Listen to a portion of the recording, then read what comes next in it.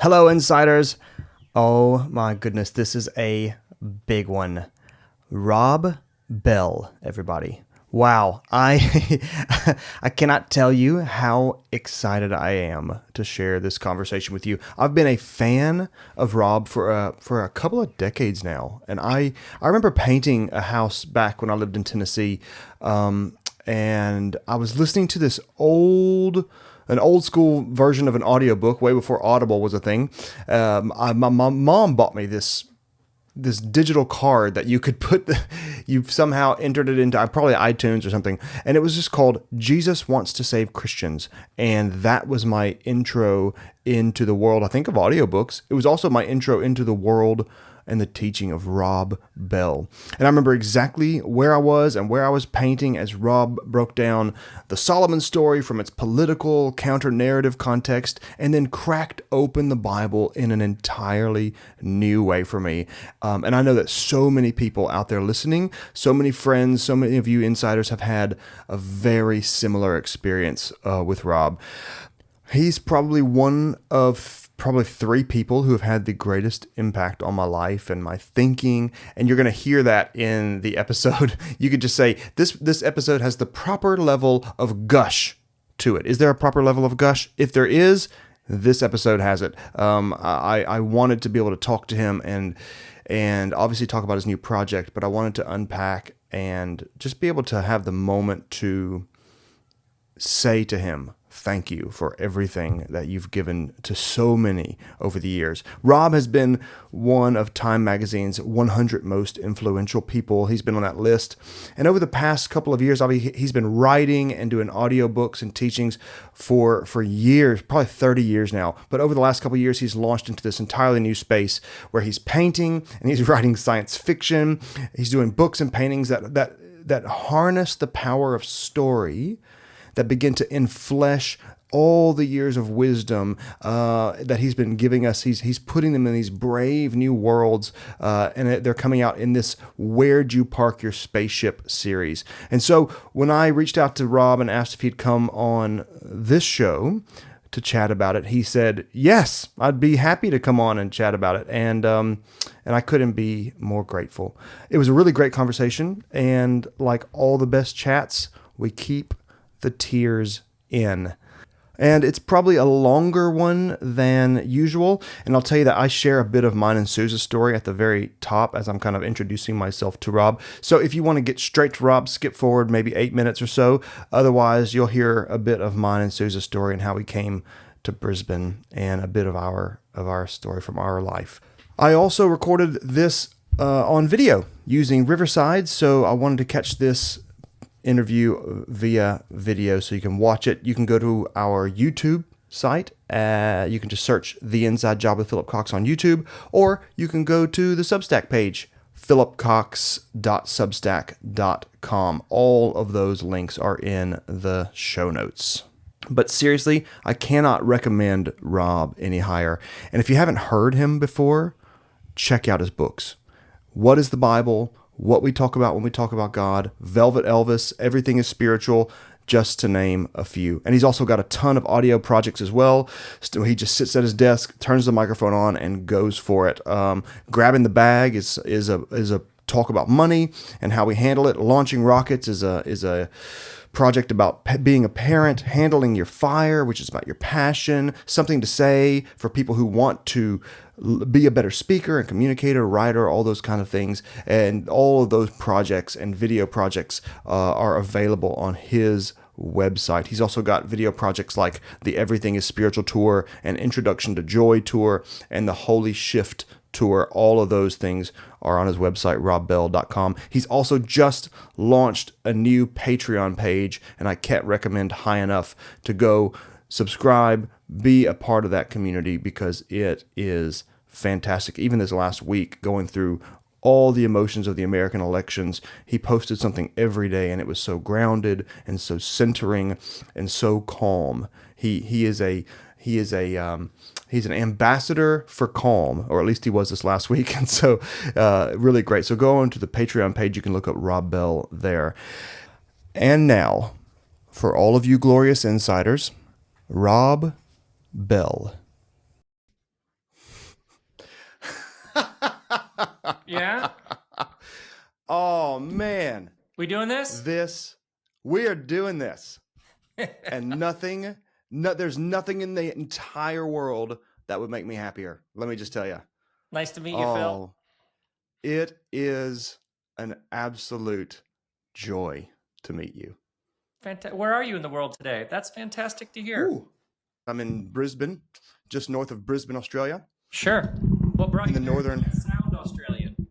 I do not sound Australian. I am my wife. My wife Susan.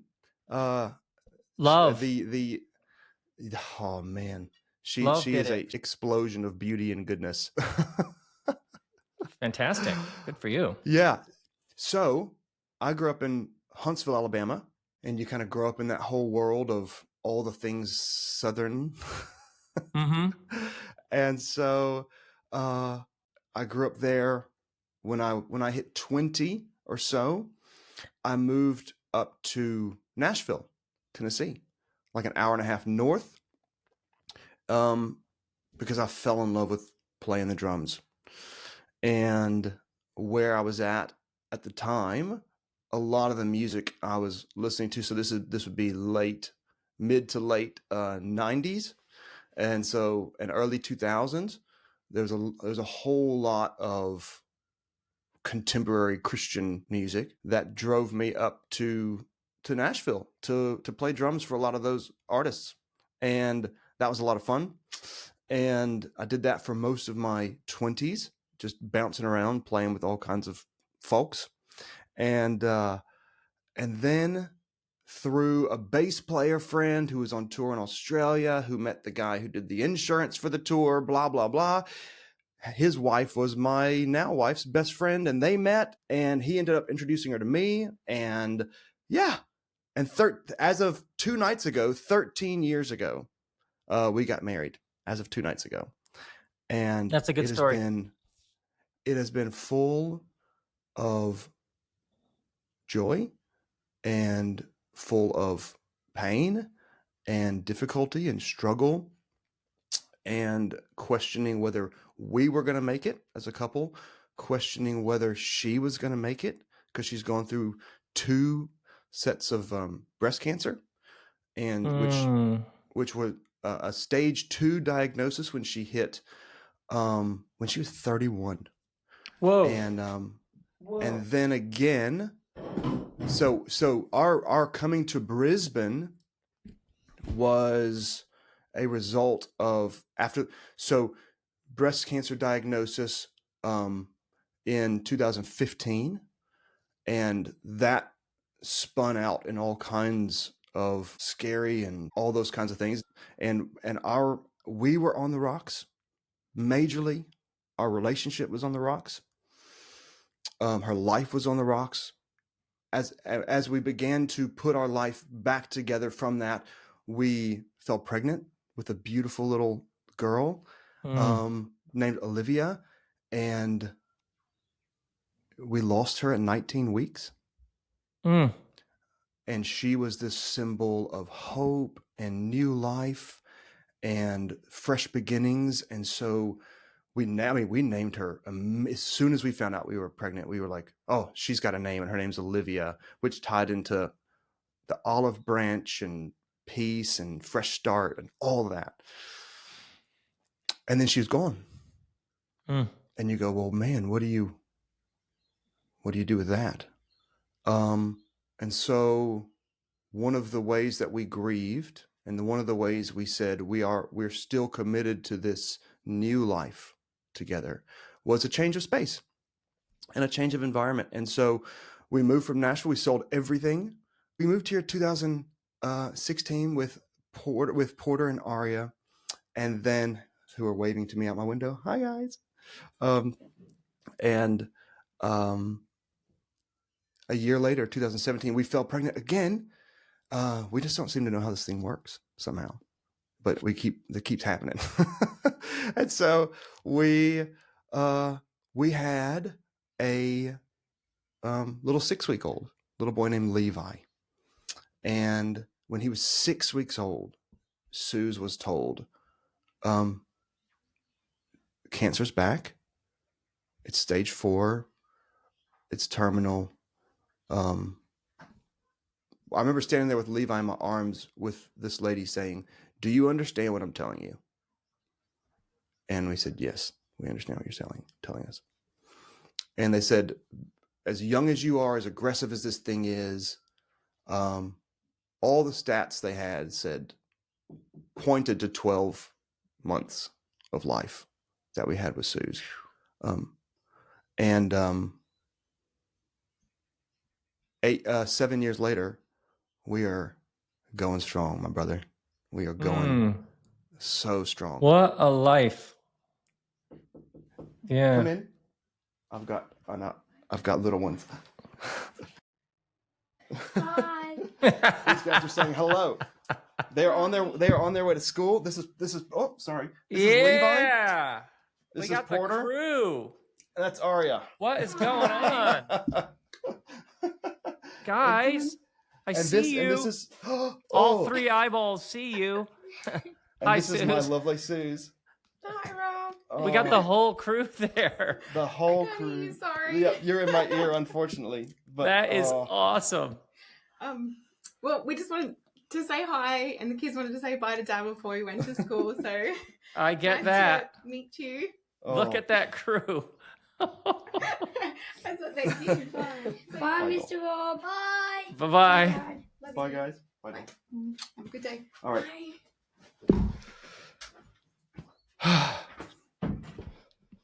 What is there to say?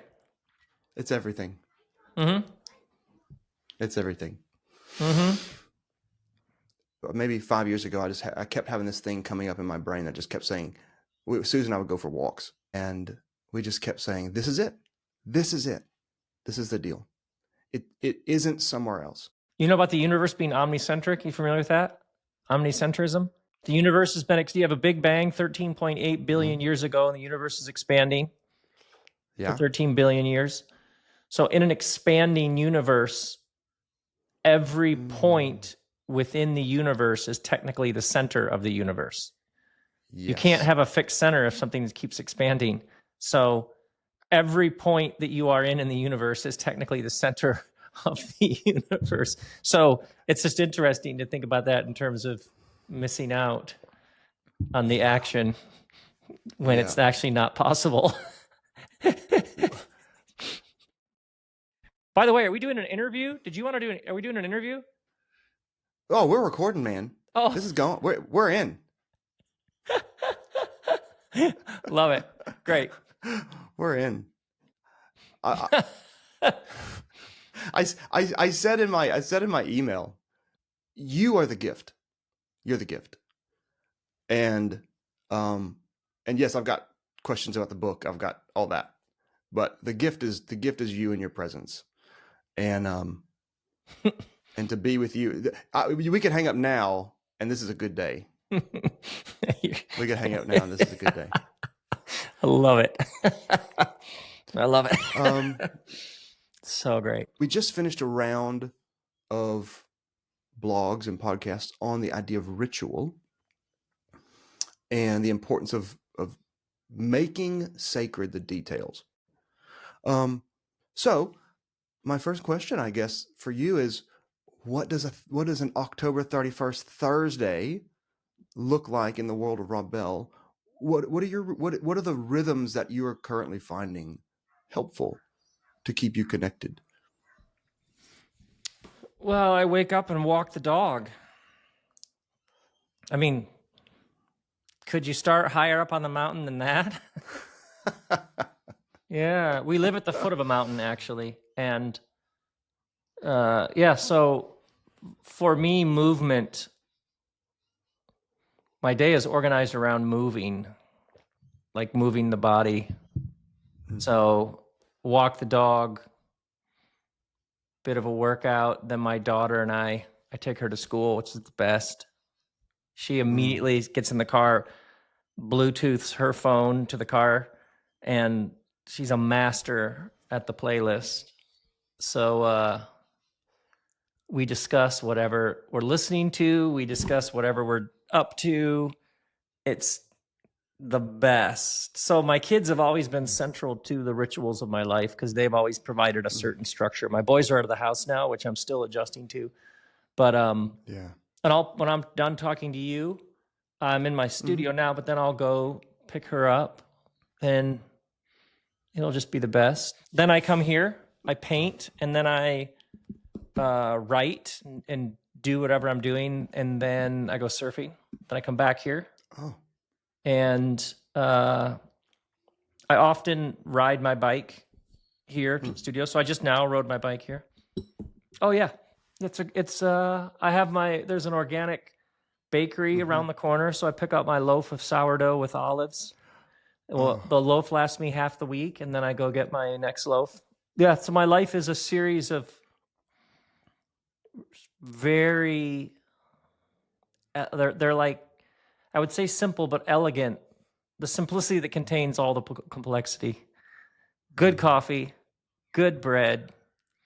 I went for a hike today at lunch because the waves weren't doing anything. Yeah. And then come back here and whatever projects I have going. Yeah, I just started Patreon, so I have I'm building I like a love it. whole world of writing and storytelling and interaction and then once a month people come here to Ojai and sit under the trees with me. They bring their question about their life, about their project, about their work, about whatever they're doing. And I sit with them and things happen. That's how I describe it. Bring your question, things will happen. Yeah. So your question's a really interesting one because over the years, when I think about it, everything has just gotten slower and better. I'm not busy. I'm not rushed. There's very little on the calendar. Like right now, for the next couple months, once a day, I'll do an interview about Where'd You Park Your Spaceship Book 2. But there's an architectural dimension to a calendar. Like when you look at a calendar, it's like a great building. You're like, oh yeah, that'd be a great way to spend November. That's how it works. Right now I'm finishing a new play. So that's like a writing project, and then I can feel the next book then I'll start the next book. Yeah, that's how it works. It's very calm. It's very serene. And then all kinds of things happen within that. I get angry. I'm sad. I get really pissed off. I'm euphoric. It's a whole world of thoughts, perceptions, senses, feels that all take place within that. Oh, yeah. Is your next project another spaceship? Yeah, I'm Is it always book just yeah. 3 maybe? Book 3, or- we'll start in on book 3, and there's always several things going on like that Yeah. brings me a lot of joy. So we'll just affectionately call it the spaceship series then. I'm such a huge fan of Douglas Adams, and his book 5 in the trilogy, book 6 in the trilogy. Yes. The ever expanding trilogy. This spaceship series, my brother, this is your wisest work.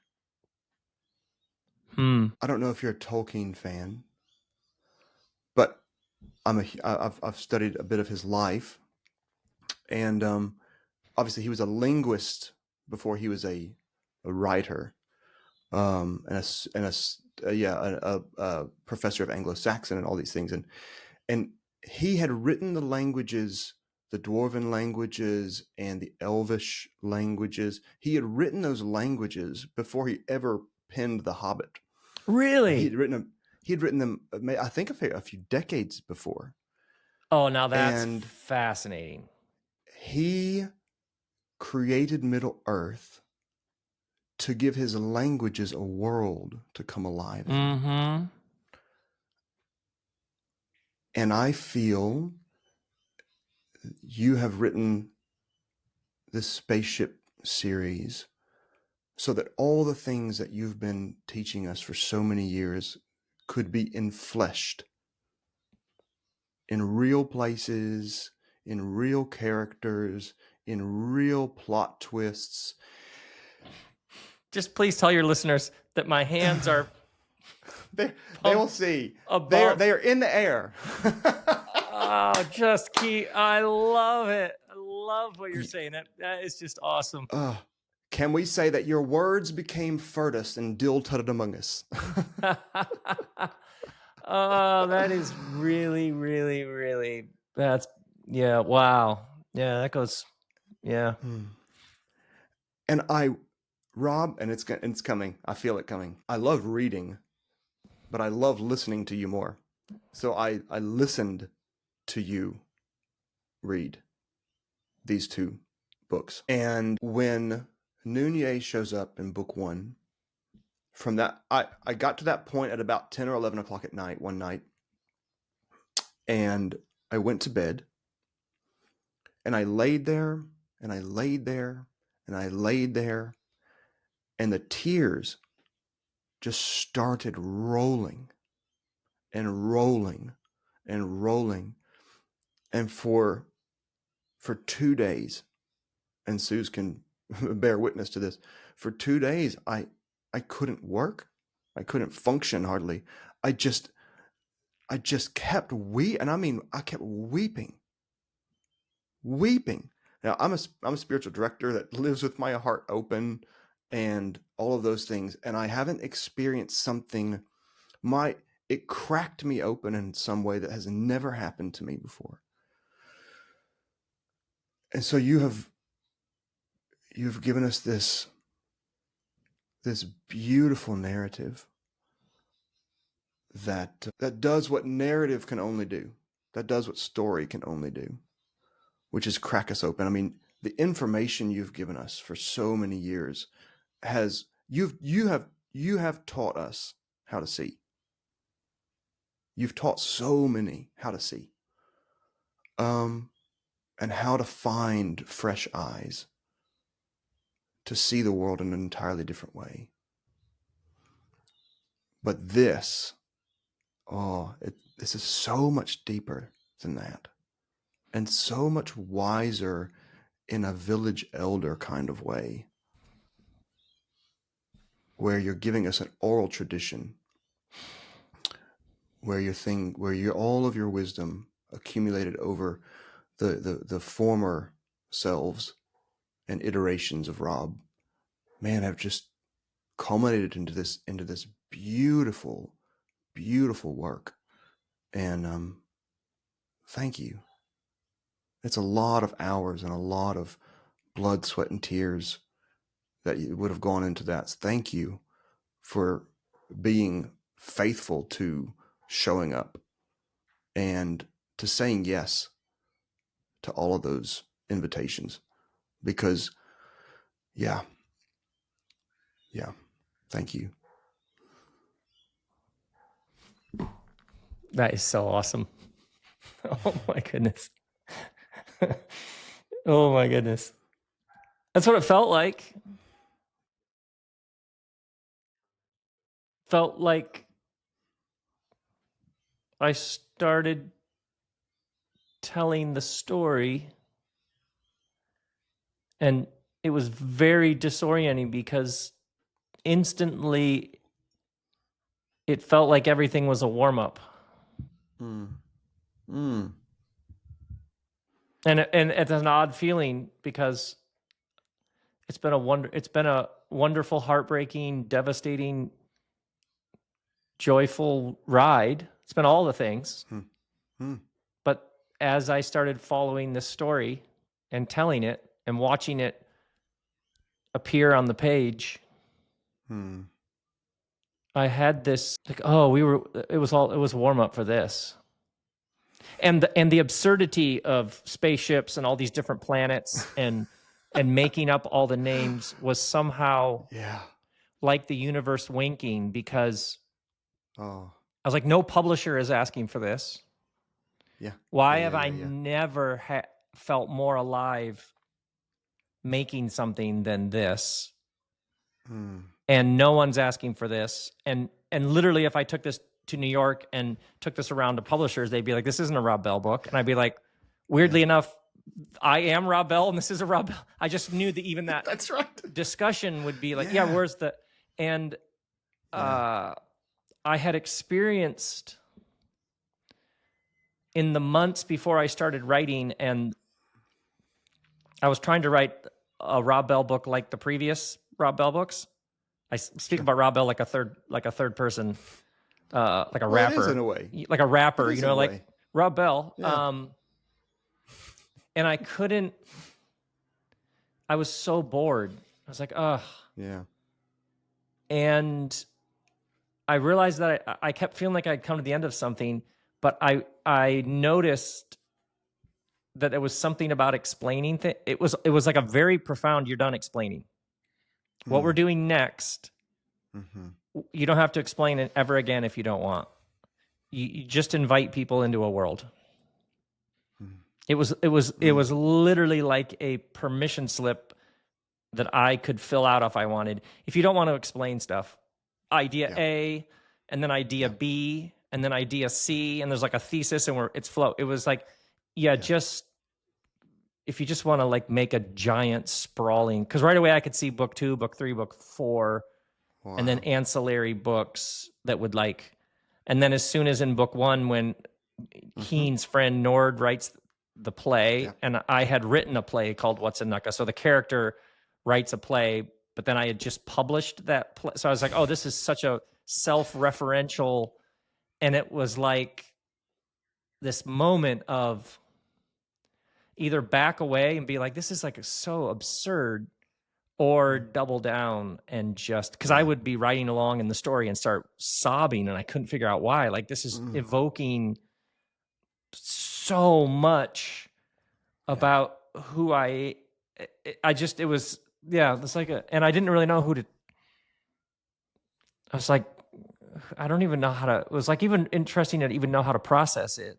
And I remember saying to Kristen one day, okay, so all day long when I've been like doing my air quotes work, I've actually just been figuring out how to do the normal things I do, like around the edges, because I've been like writing this book, and I'm hundreds and hundreds and hundreds. It's like twice as long as any of my other books. Yeah. And I'm only a month or two in, and I don't know what's happening, but I don't know if anybody will ever care, if it will ever be published, if it will ever, like, I may lose money. It may sit in my computer and no one may read it.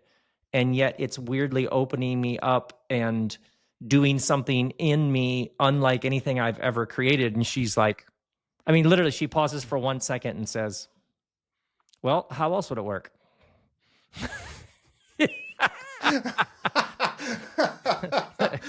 What a gift.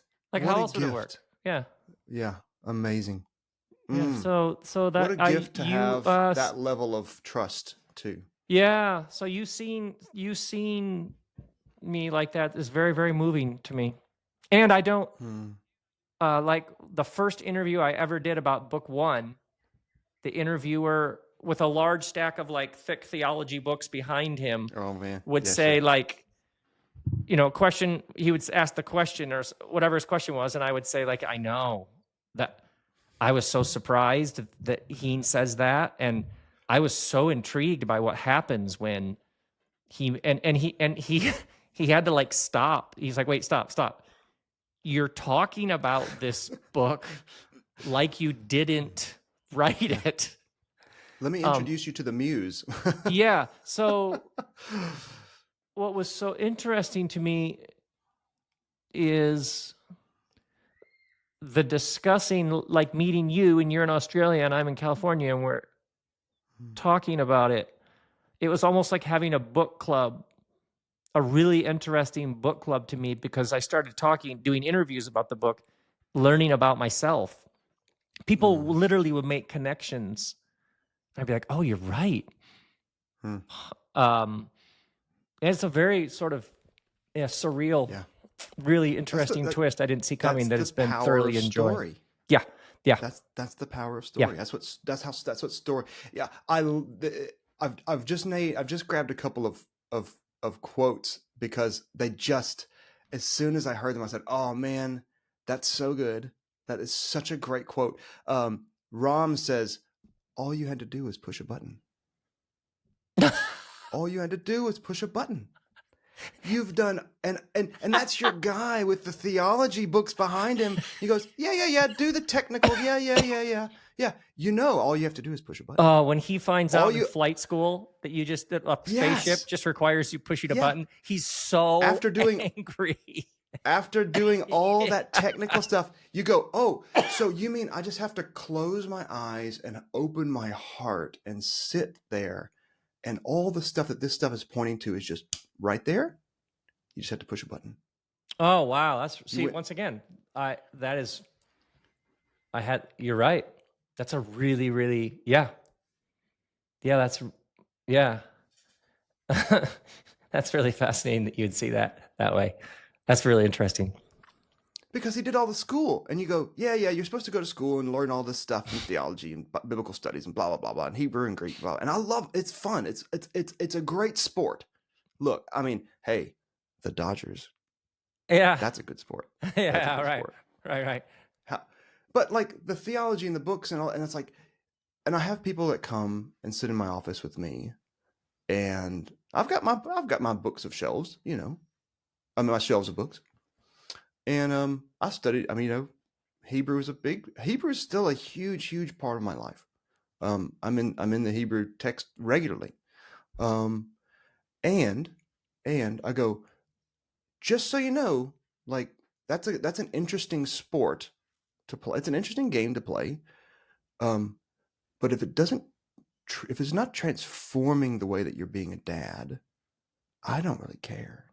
Yeah. It's a head game. Becomes a head game. It's a head game. It is a head game. So do it if you want. Don't do it if you don't want. It will not make you closer or more open, or it will not connect you any more deeply.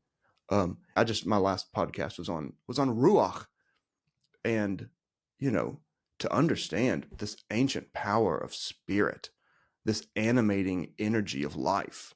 Well, yeah, but if it's just so you can get your doctrine of Trinity, like, who cares? Gross. Who cares? Like, I sit in an office with a systematic theologian. I share an office with him sometimes, and he's brilliant and he's beautiful and he's a wonderful human being.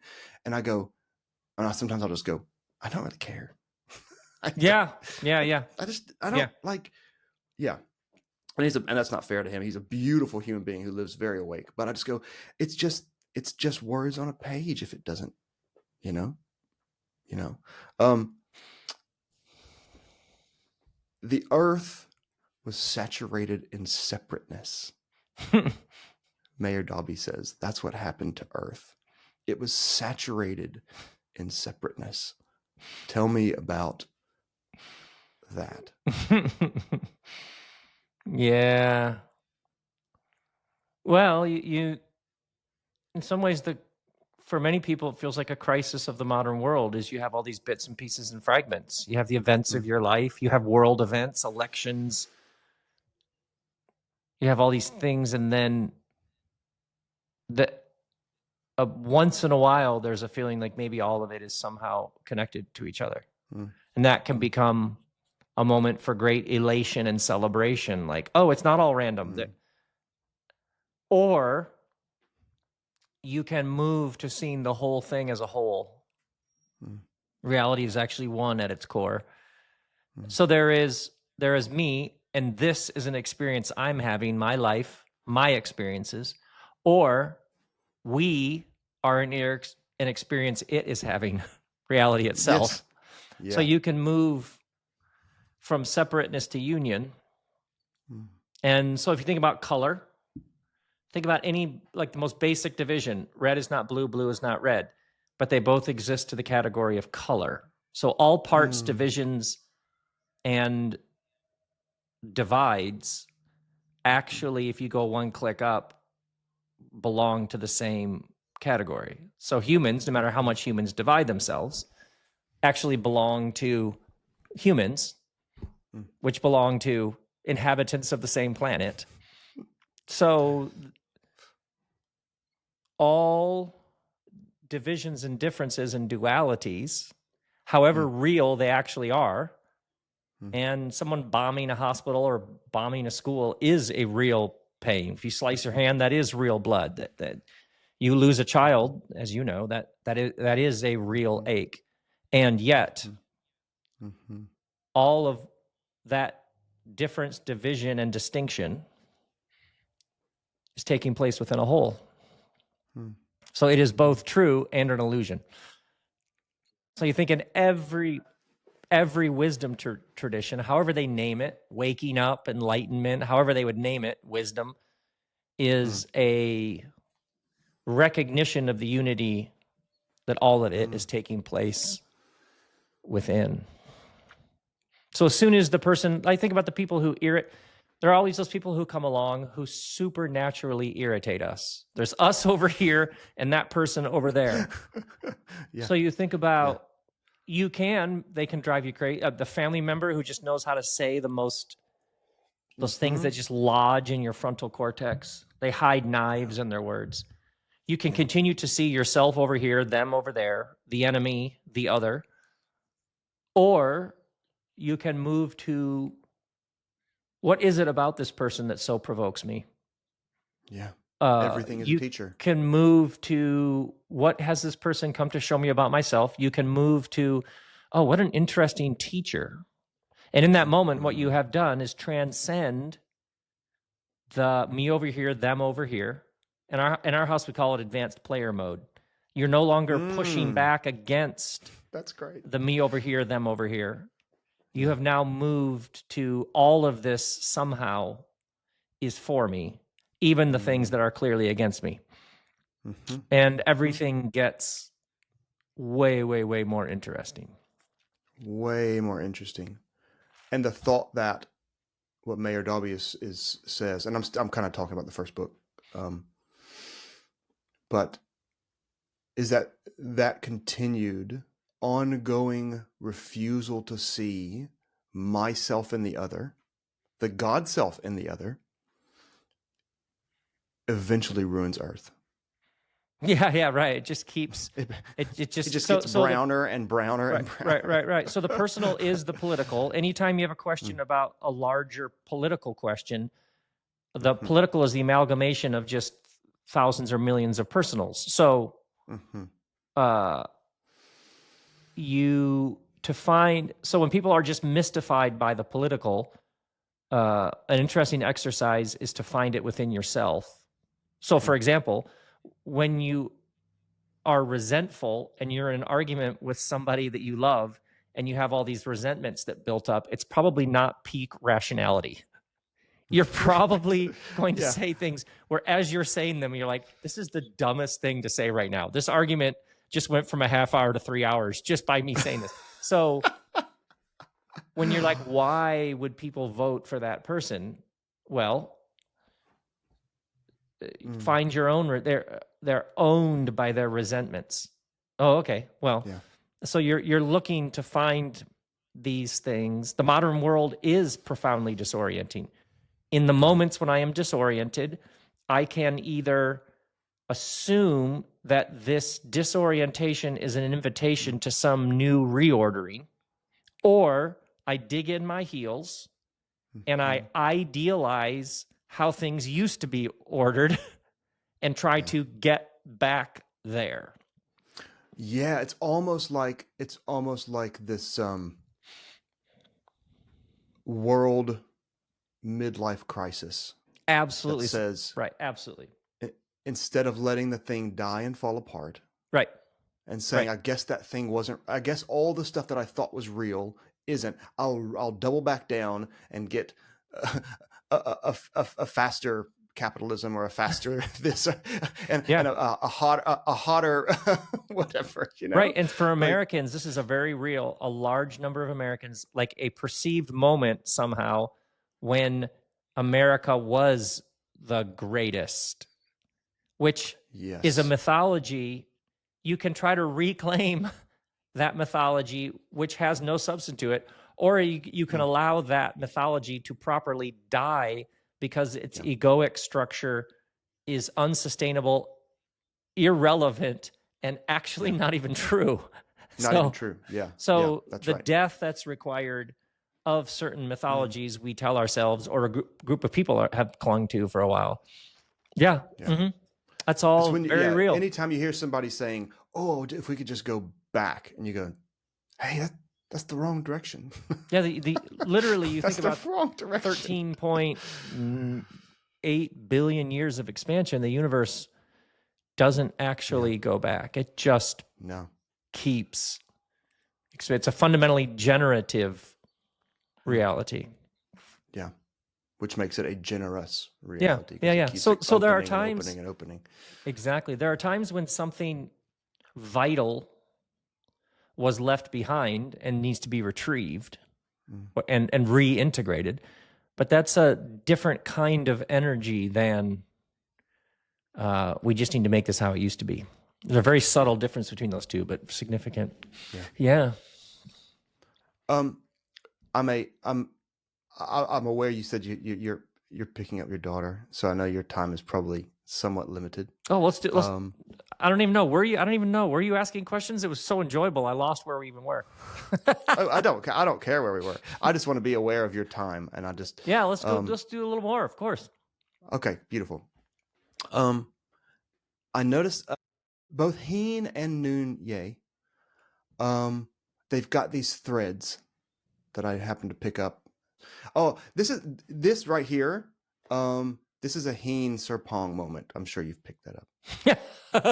But I say that to say, Rob Bell, I'm aware of you. I'm aware of you and the many, many things that you've been a part of and been on and things. So in my spiritual direction training, part of what I do is working with the Enneagram with people to help them awaken. And there just happened to be a couple of 7 threads I've picked up in Nunye and in Heen. The notion that Heen shot around the universe from place to place to place, and I think the quote said, "The leaving and the never considering staying," and that sense of the 7 that says, if I was to stay here and become present to where I am, there might be something that's really painful. Yeah. I have to become aware of something I have to deal with that I would rather keep moving from. And it's not until he hits Furtus and all of a sudden when he begins to accept the invitation to be there, that his heart begins to feel vulnerability for the very first time. And he begins to be transformed because he doesn't leave again and he stays. And the invitation there to have someone mess with him. and then so that was like, I heard that and I was like, man, that's 7 playground right there. And then in Nunye, the girls with the hair. And she hates them. She hates them immediately. Doesn't even know what's going on inside of her. She's like, "What is this brushing volcanic?" their hair? And but what it was is that they had somebody to look after them. They had somebody that wouldn't allow them to go into the hole. Be a plumber. And to be a plumber. And unclog things that need to have been clogged.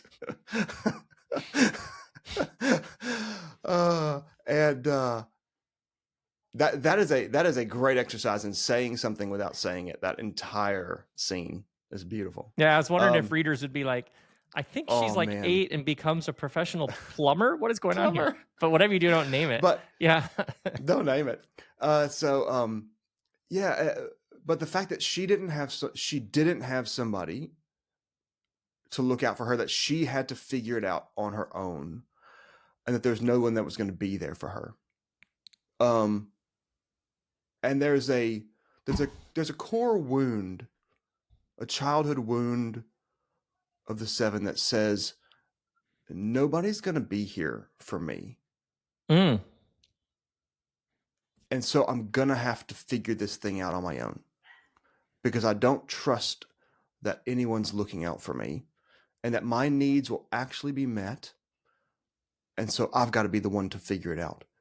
And both of those just really struck me because there are moments with both, kind of like your friend with the theology books behind him. It is interesting. I'm hearing you read, and in spiritual direction, we have a beautiful saying that says, "You follow the tears." People Yeah. can say whatever they want, Yeah. Yeah. but you follow the tears, Mm-hmm. and to hear you've written and you've processed these words, but then coming back again and reading them, there are these strong emotions, and so what I don't want to ask is, wait, so are you Heen or are you Serpent? I don't. That's boring. Those are, and to know that, man, these stories have come from within you, and those energies would be strong in you, and ones that you would have had to, I know because you've done such deep work, would have had to face at different points. But yeah, that thought of, again, it being somewhere else or running from the pain that I don't trust that I can actually handle. But when he does stop, it actually transforms him. Yeah, right. I loved when he begins to feel, it's almost like he begins to thaw, but his first, he begins to realize that he's numb, and he begins to tell you, the reader, you're in his head as he begins to wonder if perhaps he's quite numb.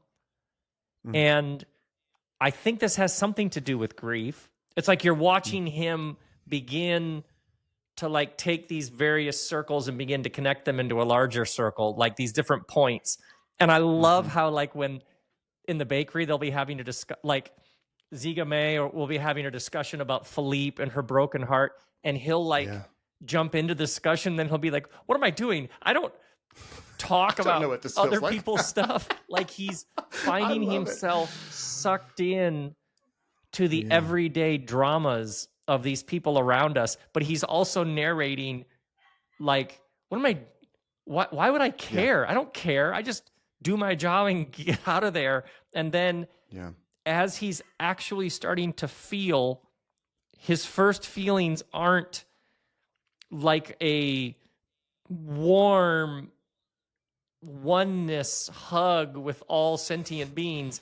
This guy keeps showing up, Dil Tud, at the random times and walking with him, and just supernaturally gets under his skin. So his first, as he begins to feel, it's like irritation, just a low-grade resentment towards this guy who acts like they're friends and just starts talking to him like they have some history they don't.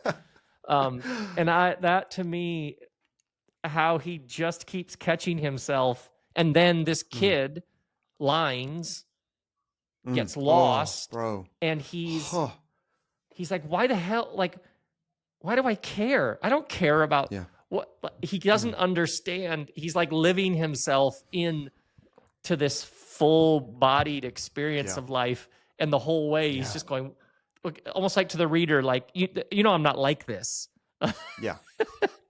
Giving a defense for himself. That was utterly, I just loved it. I just loved all that running stuff in his head. Yeah. Oh, but that was one that I noted in the notion of following the tears. I noted the strong emotion that came up within you. Yeah. As he looked for Lines and as he found him, and he's like, can't figure out why it matters. He's like, I don't. Yeah. It matters. It has something to do with what he has lost decades ago, essentially. This thing that happens to us, this experience where it's something suddenly means so much to us for reasons unknown. And it just evokes tremendous, and we find ourselves like almost embarrassed or standing at a distance from it, or like, what is, like, you're a spiritual director. People are just like, I don't know why I have so much emotion around this. We apologize for the tears when in fact we're hitting a vein of some always. sort. It's like the subconscious. It's like we're learning how much of the show is actually run by the subconscious. Yeah. And that the Yeah. art of being aware is the subconscious, like the water level of the subconscious rises just another millimeter or inch so that we can see it. And what was previously unseen, we can, Yeah. oh, that's why I always respond this way. Oh, that's why so-and-so tweaks me like they do. Oh, it's like what was previously the unconscious becomes conscious. That has been more than a parlor game or party tricks. That has been the gift of working with the Enneagram for some, I don't know, Oh my goodness. 10 years now. Because it does, it's it brings the deep reservoirs of your soul up. Yeah. And allows you to name them. When I had that strong, powerful emotion, it was around that same part of the book. I had to remind myself, don't be too quick to name it, but feel it. Don't try to analyze it. Don't put it in a box. Allow yourself for a day to feel it. Like it'll make sense. It will make sense, and we will unpack this and all that. But just to allow the pain and because it was a grief weep. There was a lot of grief. Oh in wow, that. wow. And I could feel that. And so I didn't want to betray that grief by trying to analyze it too quickly, but just to allow it to be. Man,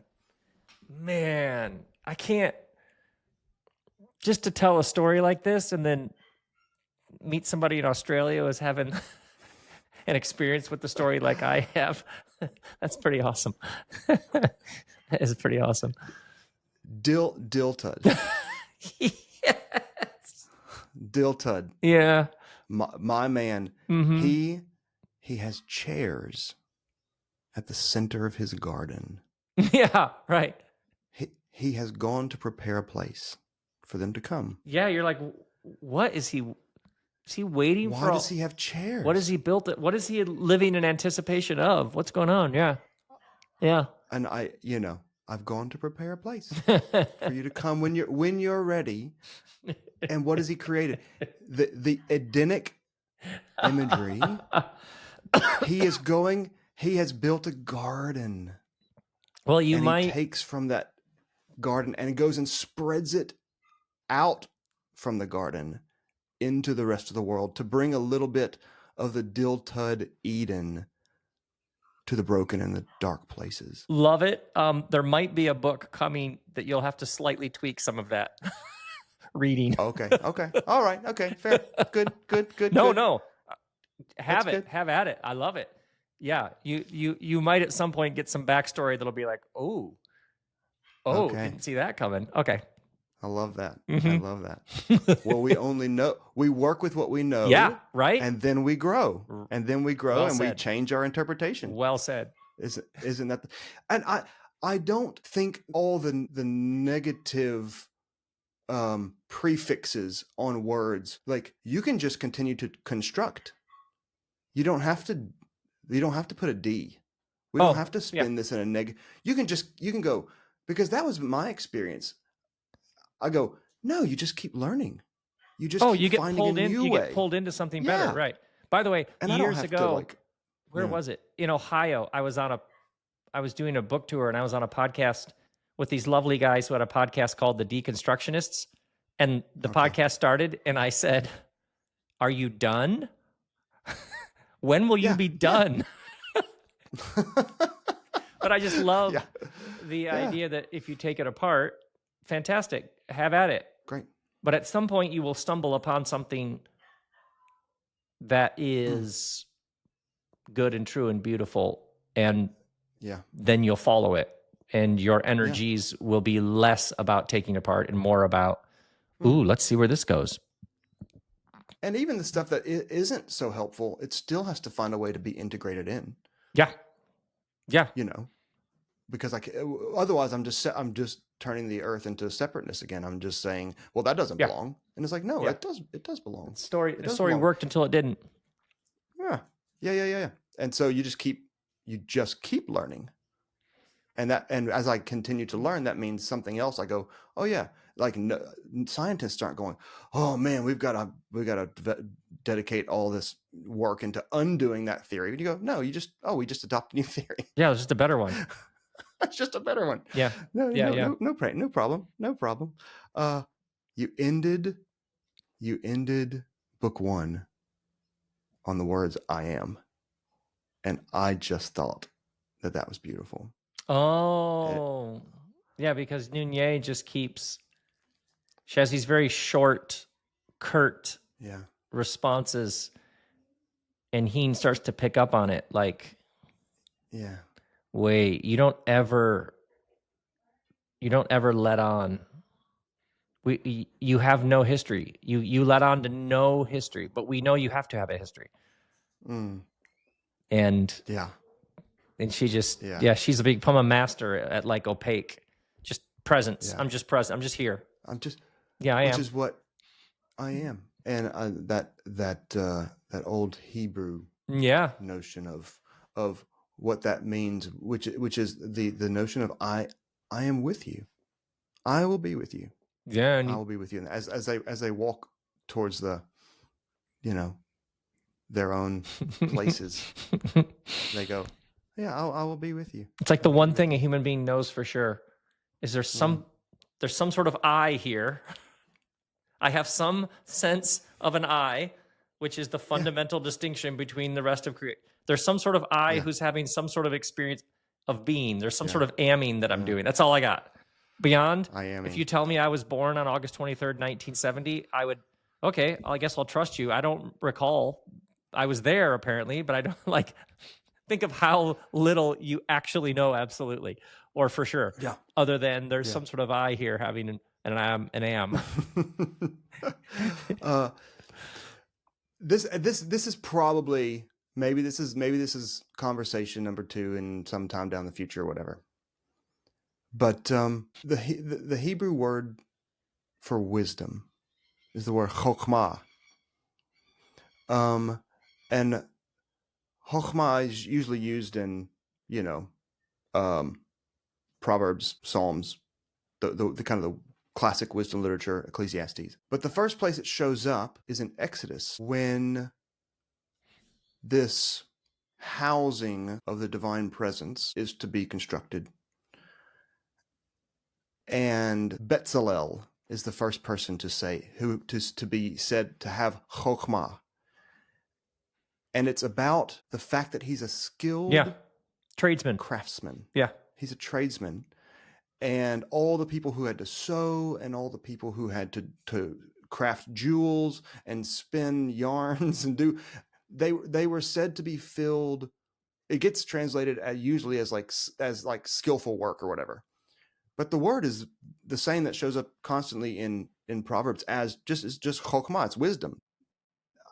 I'm curious what your experience has been, because I know there's been past work that has you've explored the connections between suffering and creativity, but this notion that wisdom seems to be this creative flow from spirit that we can partner with to make something beautiful and useful and helpful and holy.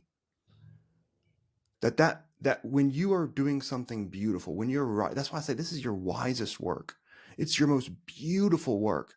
And there's something, it's not like the beauty houses the wisdom. It's like the beauty is wisdom. The art itself is wisdom. Do you have a sense of that connection? Well, what's interesting about what you're saying is, for years, my work was, here's the big idea, here's the words, what they mean, here's a way to understand the practical implications, here's another way of saying it, Here's an example of it. Here's an illustration. Here's another way of applying it. Here's another word. Here's another tradition. Here's another text. Here's what I just said slightly differently. Here's what it means. Here's what it can mean for you. Here's what it means for me. Here's another way of saying what I just told you. Let me retell you what I just told you. Totally. And there was Totally. something about in the large arc of my life, these books arrived, and there was something within them about, would you like to be done explaining things? And there was something about, yeah, I would. It was almost like I had been doing it, and a friend of mine was very straightforward. He's like, "Yeah, you've been doing a job, and now you're doing a different job. Like he was like literally like you've been a scribal interpreter of a text for people, Yeah. and that's a job. And now you're discovering that it had a certain weight to it, and you've loved it, and now you're doing something else. But and the reason why your question is so compelling to me is this story only." The writing only comes, it's like a spell. So I could tell you things that are going to happen in the story at some point, but on any given day, it's just a Wednesday, and I'm just following the story as I'm in the story, and I have a sense of where it's headed, and I'm also surprised. It'd be like filming and creating your favorite Netflix show that you're also watching like a split with like a millisecond delay. You're writing it, but also caught up in it. And what's this person's name? Oh, Oh, Shucks. Of course it's Shucks. I don't know where that came. Well, he has a brother. Of course he has a brother. What's his name? Whoosh. Shucks and Whoosh. Yeah, done. Yeah. So it is. And if I were to think of somebody I know, I don't even like, there isn't even like, oh, this is the point I'm making. The story would go cold. Or even this character is modeled after this person I know. The character would immediately die on the page. It's a strange surrender of even understanding what this is about or what I'm trying. There is no point. I don't know what the point is.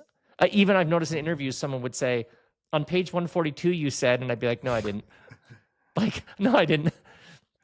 So what's fascinating to me, like when Heen is learning about this place called the Angels, which apparently is a city, which he can't really fathom.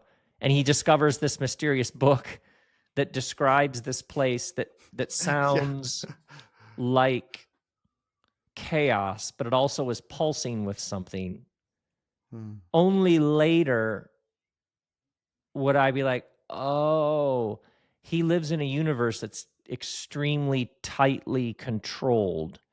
And if you move from that to a more free-flowing, democratic, you get chaos. You have an element, like he actually feels the thrill of it and also the risk of it.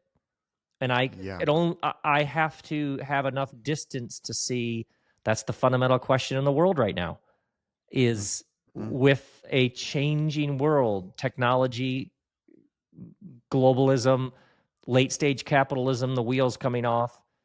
Think about how many governments around the world are veering into a fascist, strong-armed. How do we deal with the uncertainty of this moment? Just find a daddy. So what's fascinating to me is whatever is happening in the story, I'm not aware of it in the moment. It's just something which gets very mysterious. I'm sort of caught up in, and I kind of know where it's headed, and I also don't know. You know what I mean? So the wisdom in it, it's almost like a dream where every character in the dream, you wake up in the morning and you're like, wait, what was going on in that dream? Every character in the dream is some aspect of the self. So I do. There's something, and it's funny to me to think it's so much more compelling to me, the story, than all the years spent This is what I'm saying. This is what I mean. Yeah. This is the Hebrew Yeah. word, which is great. It's great. It's Yeah. developmentally. It's fantastic. We need Totally. that sometimes. It's just, it's interesting to me how you take a C.S. Lewis, you take a Tolkien, you take people who did straightforward, this is what I'm saying. This is what it means. Here's an image. How many people over the ages eventually move into these sprawling worlds, creating these worlds? Yes. Like, Yeah. The space trilogy. at yeah. some yeah. point, you think about Douglas Adams, or you think about right now, like the Dune movies and Denis Villeneuve. Yeah, no, I just got to bring you into this world. Just come on in. Yeah. The art itself is the wisdom. I don't need to. It's Yeah. not in the words. It's in the world. Yeah, just come on in. You'll see. And I like. Yeah, we'll see what you see. That's what'll be interesting. I don't know what you'll see. Last thing I do is tell you what to see. Yeah, exactly. I don't even know. Which is, yeah.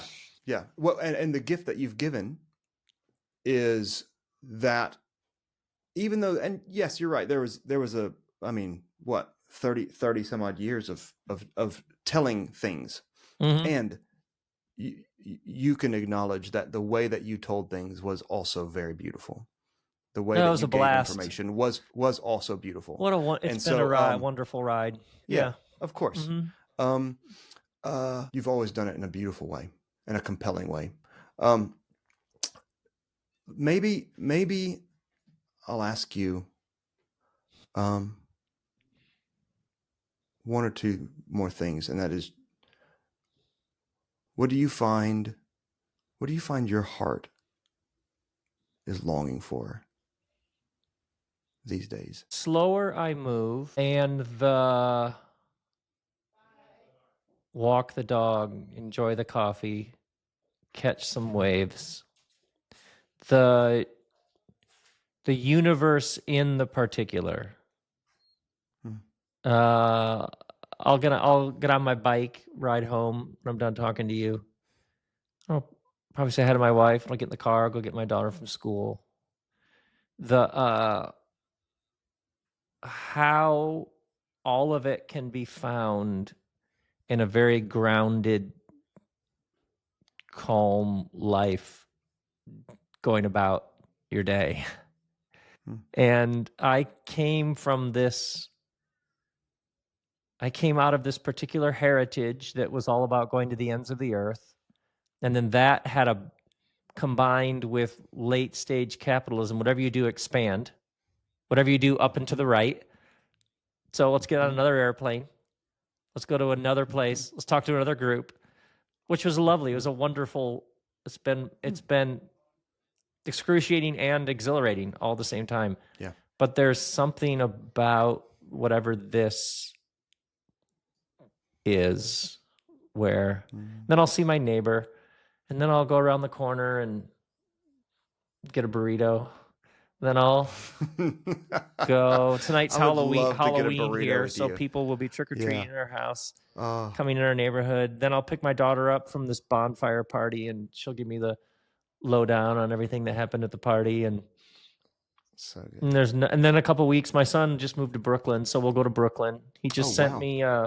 He's a musician. He just sent me his newest single that he's mixing right now, and wants notes on what I think about the mix. It's not that it's enough, it's more than enough. There's a certain depth. It's like we have this linear time. This interview was at 2:00, then there's 3, then there's 4, and then there's the now. What time is it now? In which time sort of fades. Like you and I have been talking now for an hour and 20 minutes. No way. Yeah. So what's so fascinating to me is about how the moments when we feel most alive, time fades and dissolves and dissipates in some very tangible ways, and you're just left with here, now. So that's what's interesting to me. For a 7 to be asked for what they're longing for, and then say, "Oh, there's nothing to long for. It's all here." Yeah. You might dissipate. You might just dissipate into the. That's yeah. Yeah. I won't ask you anything else, but I'm gonna say one more thing. You and your lovely wife, you guys put together a little audio book called Launching Rockets. Yeah. And That's going back. and that's going back. There were, I mean, so many steps to what it is to be a parent. So many thoughts, so much wisdom in that, so much wisdom. And I just want to say, you have clearly launched 3 beautiful rockets. Clearly, and you, Rob Bell, have launched so many more. Wow. And I'm a rocket. Wow. I'm a rocket that you've launched. And I'm just so deeply grateful for you. I'm so deeply grateful. You mean the world to me. You've launched many, many rockets. Many rockets. And you are a gift. You are a gift to the world. And you're a gift to me. And I'm very thankful for you. Dude, and we're just now meeting. How awesome is that? You know what I mean? Whew. Thank you. Yeah. Wow. And then we meet up. And apparently we've been friends for a long time. Isn't that awesome? Wow. Thank you. Thank you. Thank you. I'll be sitting with that for a while. That was some proper dill tud right there.